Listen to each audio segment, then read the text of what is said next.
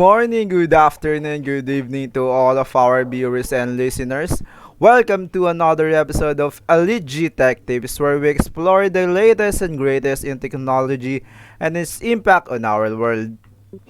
I am your host, James Gabriel H. Japson, aka Techman. In our new episode, pag-uusapan natin ng firmware. Most of tech enthusiasts like me probably heard the word, no? So, along with experts in the computing field, bibigyan liwanag natin yan. Ayon, experts, kindly introduce yourselves muna sa ating mga viewers bago tayo magsimula. Ayan, syempre binabati ko muna syempre yung mga tagapakinig natin ngayon para sa episode na to. And I'm looking forward na sana marami kayong matutunan sa amin. So, ayun, pakilala ko ng sarili ko. I'm Brayan Hufalar with the degree of DCS or Doctor of Computer of Science. And share ko lang, experience ko is nag-graduate ako sa TUP Manila sa course na ComSci or Computer Science noong 2001. And after that, lumipad ako rito sa England para kumuha ng master and doctorate degree ko. So I'm currently teaching at Cambridge University here in England. So di sa mayabang pero ayun, grind lang ng malala para marating. Ayun lang.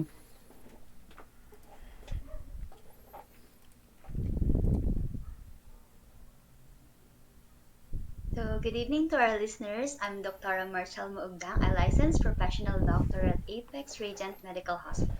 And I specialize in the computing industry, which focuses on computer systems and technology in medical fields. Guys, this includes developing software and tools for medical diagnosis, treatment planning, and research, as well as designing and implementing computer systems for medical imaging and data administration. So, I'm so grateful to share anything with you guys about our topic today, and I would like to thank you for having me here.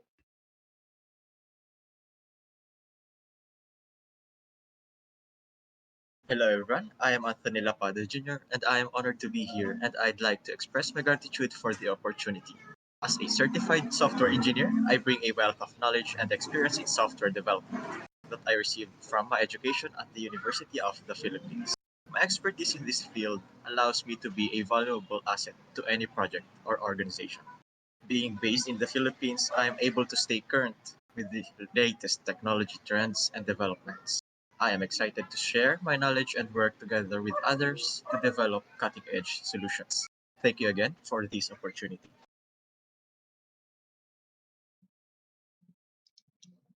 Good evening, ladies and gentlemen. My name is Gunda, and thanks for having me, by the way. I am a certified software engineer based on London, and I graduated in University of Oxford with a bachelor's degree in software engineering. I am very grateful to share my knowledge with you guys. Thanks for having me tonight. Hi everyone, good evening. First of all, thank you for inviting me in this podcast. By the way, I'm Kyla Kosca, alumni ng TUP Manila, and I pursued a bachelor's degree in information technology. Well, basically taga Cavite ako, but now I'm staying in Los Angeles, California, and I'm working here as a systems engineer. Ayun lang, and I'm hoping that you will learn something remarkable from us. Ayon, grabe yung mga credentials ng ano natin, ng guest natin ngayon, no? So, before tayo mag-ask ng question sa kanila, gusto ko lang i-share yung pagkakaintindi ko talaga sa firmware na yan, yung topic natin ngayon. So, based on my experience, ang firmware is para siyang brain ng device. So, built-in software siya sa device na kinokontrol yung mga apps and hardware ng device. Ayan yung pagkakaintindi ko. So, punta na tayo sa mga sa mga guests natin. So, let us start asking them questions. So, Sir Lapada, since most of us here uses computer in the daily basis, I think it's important to know what are the hardware components na kinokontrol ng firmware sa computer. So halimbawa dyan, sa isang computer, kinakailangan ng microprocessor para i-process ang data at mga instructions. So kinakailangan ng memory para i-store ang data at mga program. At kinakailangan ng input at output devices para magbigay ng interface sa user at iba pang mga devices. Ang firmware ng computer ay nagkocontrol sa mga performances ng lahat ng mga component na ito para mag-operate ang isang computer. Para naman sa mga photography lovers diyan, no. Paano control ng firmware yung performance ng hardware components ng camera? So para sa camera naman, sa isang camera, kinakailangan ng image sensor para kumuha ng litrato. So kinakailangan rin ng lens para i-focus ang imahe. At kinakailangan ng display para ipakita ang preview ng isang litrato. Ang firmware ng camera ay nagkokontrol sa performance ng lahat ng mga component na ito para mag-operate ang isang camera. With that said, no, ano yung main function ng firmware in providing an interface between hardware and software in a device?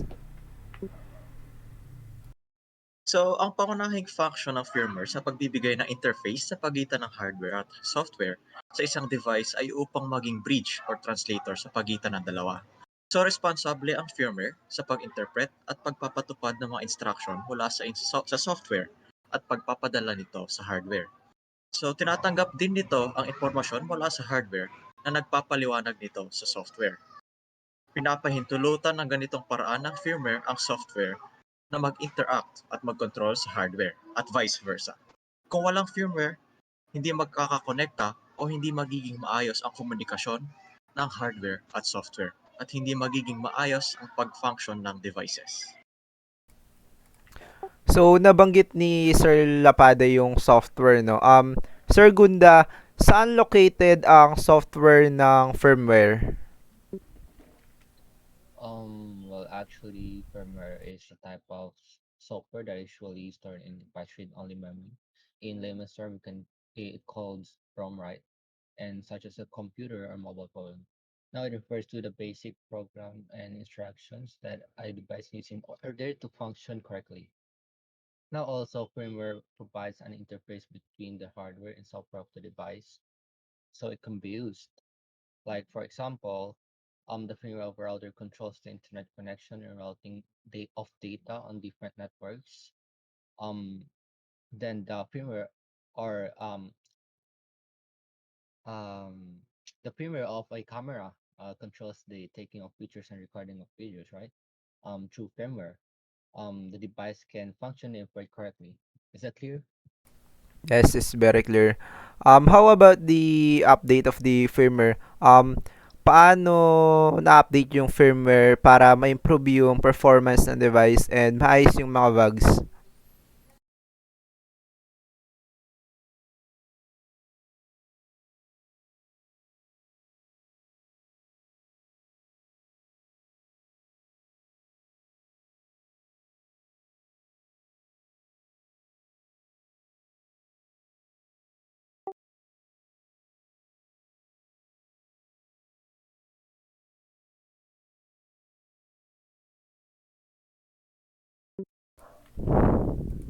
Um, Firmware can be updated by downloading the updated firmware version from the manufacturer's website and installing it on the device.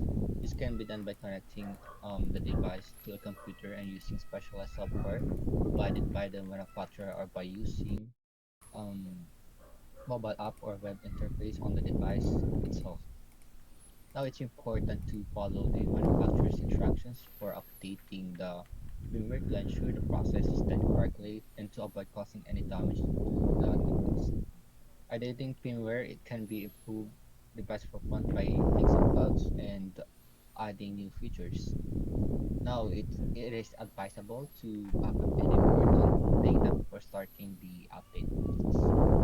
That's it. So, may mga versions ng firmware. Okay.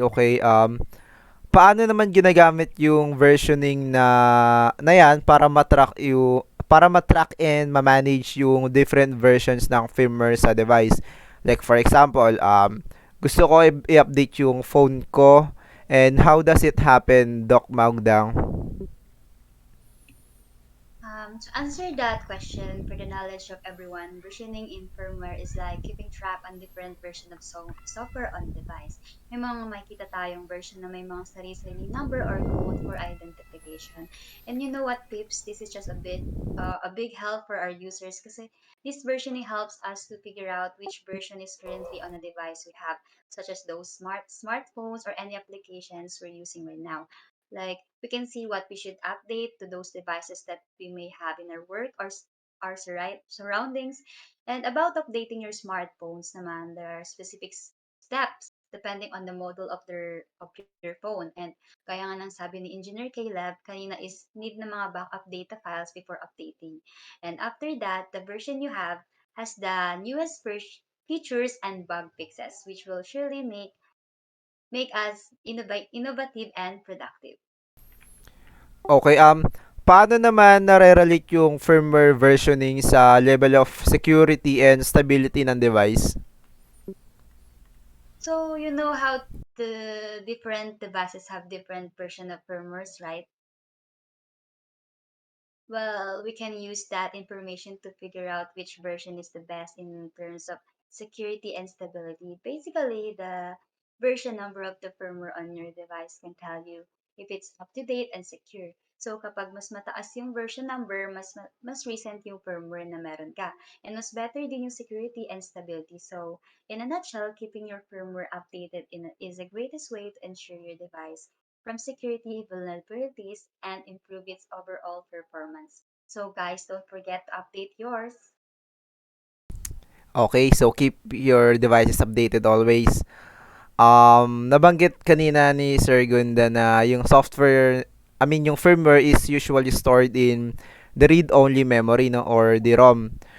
Sir Hufalar, if meron pang available Yes. internal storage options, what are those? Yes, sa internal storage option natin, meron tayong tatlong type or tatlong uri na available sa firmware. Una na nga dyan is yung RAM, sumunod is yung ROM, at last is yung flash memory. Explain ko sila isa-isa para mas madaling maintindihan ng mga tagapakinig natin ngayon. Ang RAM, ginagamit to store temporary data o yung mga panandaliang data na data lamang.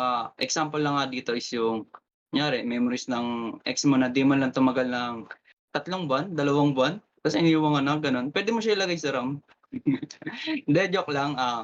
Basta dito nilalagay yung mga temporary data and ayun lang. Next natin is yung ROM. Dito nilalagay naman or ini-store yung mga firmware, gano'n lang siya. At ang last natin ay yung flash memory. Dito naman, ginagamit to store permanent data and gano'n lang siya kasimple. So, may nagtanong kasi sa ano natin, sa viewers natin, ano, si Sir Galletas, paano naman daw nakokontrol ng firmware yung pag-access and pag-manage ng data sa storage device na nabanggit mo kanina?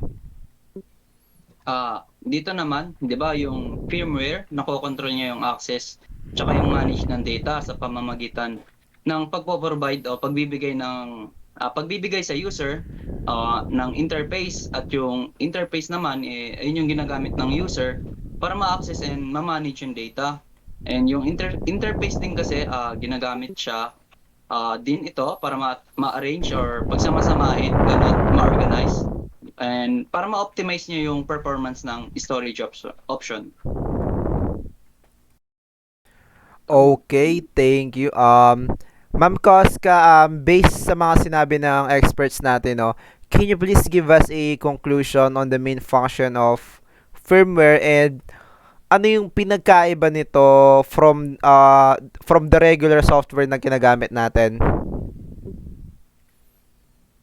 So, ayun nga, just like what they've said, firmware is in between hardware and software. Ito yung parang tulay sa pagitan ng software and hardware, and it can be found on dedicated memory chips. In fact, it's very close to the metal that leads people to think of it as kinda like a hardware or software hybrid unit. Main function ng firmware is ito yung nag-aalaw sa atin and sa mga developer para makontrol yung hardware with the help of simple commands. Ito rin yung pinaka-importante since hindi mag-function yung mga devices natin ng maayos if walang firmware. Firmware rin yung nag-serve as an interface between the hardware and the software of a device.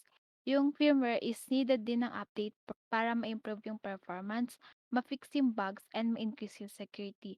And nowadays, most of our devices have a built-in memory just to store their own firmware. Like sa keyboard, if meron itong features like customizable RGB or customizable macros, sometimes yung mga company, they include a small memory like about 64 KB or so in the device itself so that when you flash a firmware update, nakastore siya mismo sa keyboard.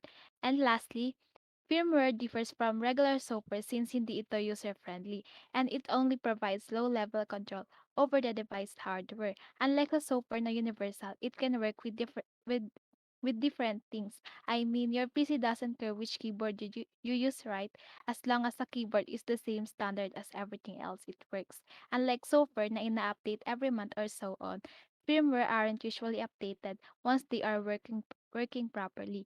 That's why yung mga companies are very hesitant to change their firmware because isang mali lang ng firmware, yung hardware na ginagamit magiging inaccessible.